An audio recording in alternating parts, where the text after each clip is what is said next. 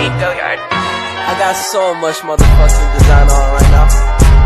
Break it down, bring it back, make it clap. I got 3 old thoughts, new guap, where that damn. Bitches on my line, back, make it clap. I got 3 old thoughts, new guap, where that damn. Bitches on my line, and you know they come straight. Assalamualaikum warahmatullahi wabarakatuh.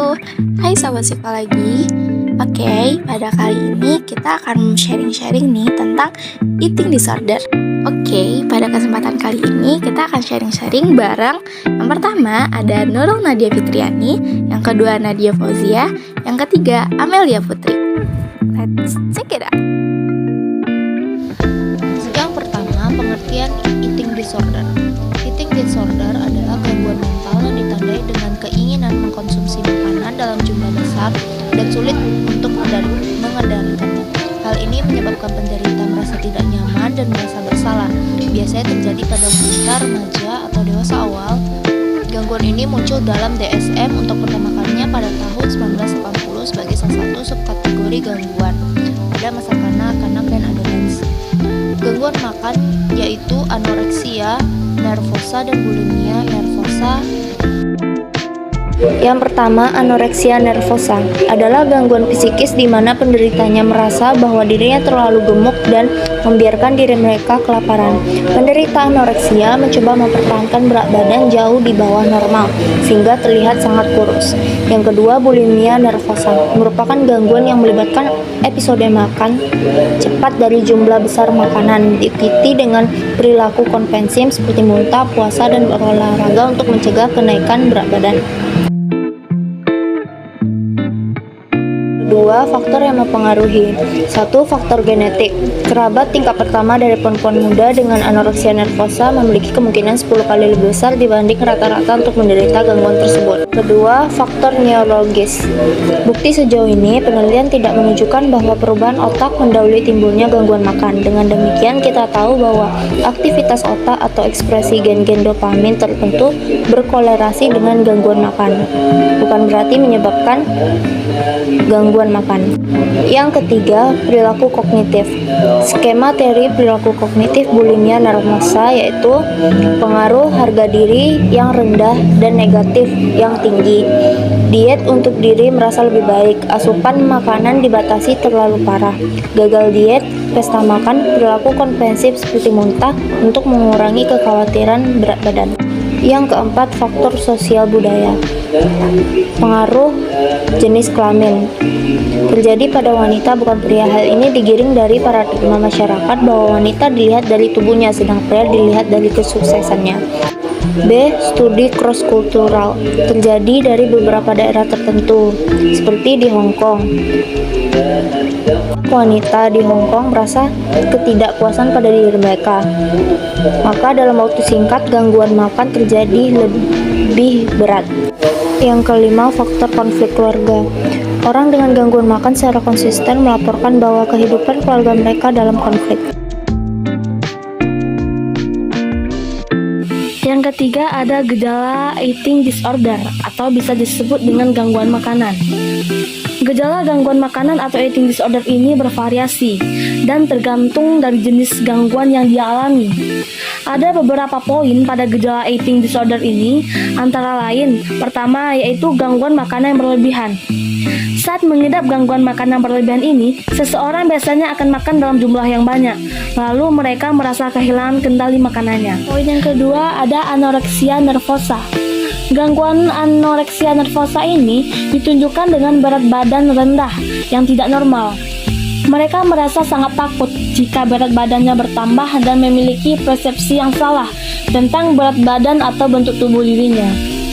Pengidap anoreksia ini berupaya keras menjaga asupan makan yang dia makan untuk menjaga berat badan dan bentuk tubuhnya, sehingga terkadang dapat meninggal karena kelaparan. Pada gejala anoreksia nervosa ini terdapat berupa tubuh kurus, insomnia, kelelahan yang berlebihan, pusing, kuku berwarna biru, kuku dan rambut rapuh, sembelit, kulit kering, dan detak jantung yang tidak teratur. Ketiga, ada poin bulimia nervosa atau sering disebut dengan bulimia. Saat mengidap gangguan bulimia ini, seseorang mengalami kehilangan kendali saat makan, sehingga berulang kali mengonsumsi makanan dalam jumlah yang banyak.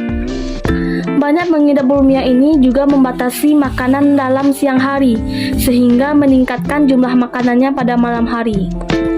Yang keempat ada gangguan asupan makan avoidant. Gangguan asupan makan avoidant ini atau bisa disebut dengan restriktif, yang sebelumnya dikenal sebagai gangguan makanan selektif. Kondisi ini terjadi ketika seseorang membatasi jumlah atau jenis makanan yang ia konsumsi. Ada beberapa gejala gangguan asupan makanan avoidant atau restriktif. Yang pertama ada pembatasan dramatis terhadap jenis atau jumlah makanan yang dia makan. Yang kedua, kurang minat pada makanan. Yang ketiga, penurunan berat badan yang dramatis. Yang keempat, yaitu sakit perut atau masalah pencernaan lainnya. Selanjutnya yang keempat yaitu komplikasi atau efek samping. Gangguan makanan yang diberikan tanpa penanganan bisa memicu beberapa komplikasi. Antara lain yaitu pertama adanya terhambatnya pertumbuhan tubuh. Yang kedua, gangguan psikologi seperti depresi, kecemasan, dan bahkan niat untuk melakukan bunuh diri. Yang ketiga, ada masalah kesehatan yang serius. Yang keempat, penurunan prestasi di sekolah atau penurunan kualitas kerja. Yang kelima, rusaknya hubungan sosial. Yang keenam, yaitu ada kematian. Diagnosa dan pengobatan. Diagnosis gangguan makanan ini dibuat berdasarkan tanda, gejala, dan kebiasaan makan seseorang. Jika dicurigai mengalami gangguan makan, maka seseorang diminta menjalani beberapa pemeriksaan oleh dokter dan psikolog atau psikiater untuk menentukan keberadaan gangguan tersebut. Diagnosis dilakukan dengan cara yang pertama ada pemeriksaan fisik seperti detak jantung, aliran darah, kondisi perut, dan denyut nadi. Yang kedua, pemeriksaan X-ray jika dianjurkan oleh dokter. Dokter juga akan mengajukan pemeriksaan sinar X dan elektrokardiogram untuk memeriksa tulang patah, detak jantung yang tidak teratur, ataupun tanda-tanda pembusukan pada gigi yang menjadi ciri anoreksia dan bulimia. Yang ketiga, pemeriksaan psikologis yang dilakukan oleh psikolog atau psikiater.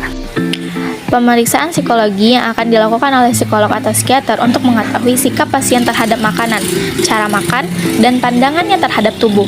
Sangat penting mendapatkan jawaban yang jujur untuk menentukan pengobatan yang tepat. Yang keempat, pemeriksaan urin dan darah. Pemeriksaan darah dan urin diperlukan untuk memeriksa darah seluruhnya, fungsi hati, ginjal, dan tiroid. Selanjutnya pengobatan. Pengobatan untuk gangguan ini yang utama adalah psikoterapi atau disebut juga terapi bicara untuk menggantikan kebiasaan tidak sehat menjadi lebih sehat. Salah satunya adalah terapi perilaku kognitif atau cognitive behavior therapy.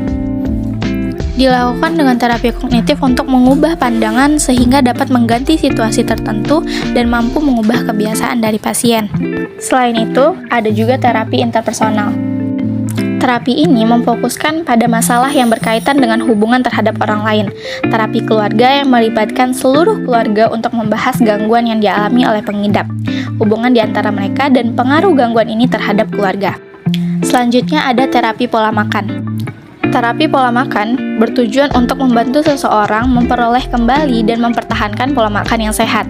Terapi ini dilakukan oleh ahli gizi dan dokter, terutama untuk pasien dengan berat badan yang kurang baik akibat gangguan makan.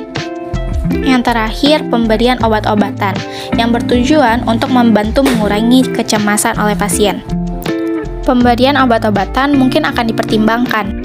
Meskipun obat tidak dapat menyembuhkan gangguan makan, tetapi dengan bantuan obat-obatan dapat membantu mengendalikan keinginan untuk makan banyak, muntah, ataupun kecemasan yang berlebihan yang menyangkut pola makan dan makanan. Perlu diingat, semua pengobatan dilakukan oleh para ahli, dokter seperti psikiater dan dokter gizi. Tujuan pengobatan adalah untuk membantu pasien dalam menjalani pola makan yang sehat. Upaya yang dapat dilakukan. Yang pertama ada psikoterapi, yaitu ada dua cara. Yang pertama ada terapi perilaku kognitif dan terapi berbasis keluarga. Terapi perilaku kognitif bertujuan untuk mengenali, memahami, dan mengubah perilaku, khususnya yang berhubungan dengan pola makan. Sedangkan terapi berbasis keluarga dilakukan pada anak-anak atau remaja dengan melibatkan keluarga. Tujuannya adalah untuk memastikan pasien mengikuti pola makan yang sehat dan mempertahankan berat badan yang ideal. Yang kedua, ada pemberian obat-obatan. Perlu diketahui, tidak ada obat yang bisa menyembuhkan gangguan makanan. Namun, dokter dapat memberikan obat antidepresan atau anti cemas untuk mengendalikan keinginan makan berlebih atau mencegah keinginan untuk memuntahkan makanan. Contoh obat-obatan yang digunakan untuk gangguan makan antara lain antidepresan, antipsikotik, dan penstabil suasana hati. Dukungan keluarga dan teman-teman sangat penting untuk keberhasilan pengobatan pada pengidap gangguan makan. Yang ketiga, ada konsultasi ahli gizi.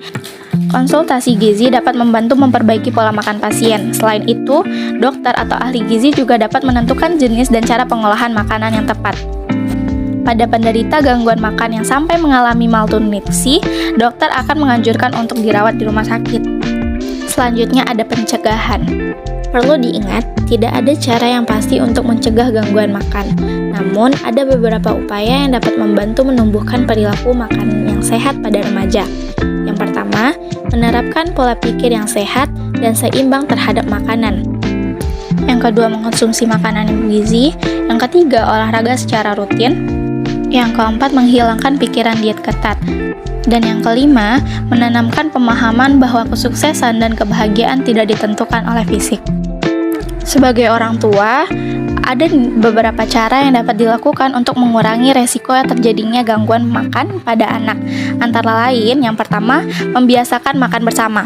Hal ini menjadi langkah awal untuk membiasakan atau meningkatkan rasa kekeluargaan dan rasa kasih sayang. Yang kedua, membicarakan bahwa gangguan makan sangat berbahaya, karena bukan hanya fisik, tapi melainkan mental juga dapat terganggu. Langkah yang ketiga yaitu memuji anak untuk menumbuhkan rasa percaya diri, dan tidak mengejek tampilan fisiknya meskipun hanya bercanda. Oke, sekianlah sharing-sharing kita pada kali ini. Thanks for watching and have a nice day. Bye-bye!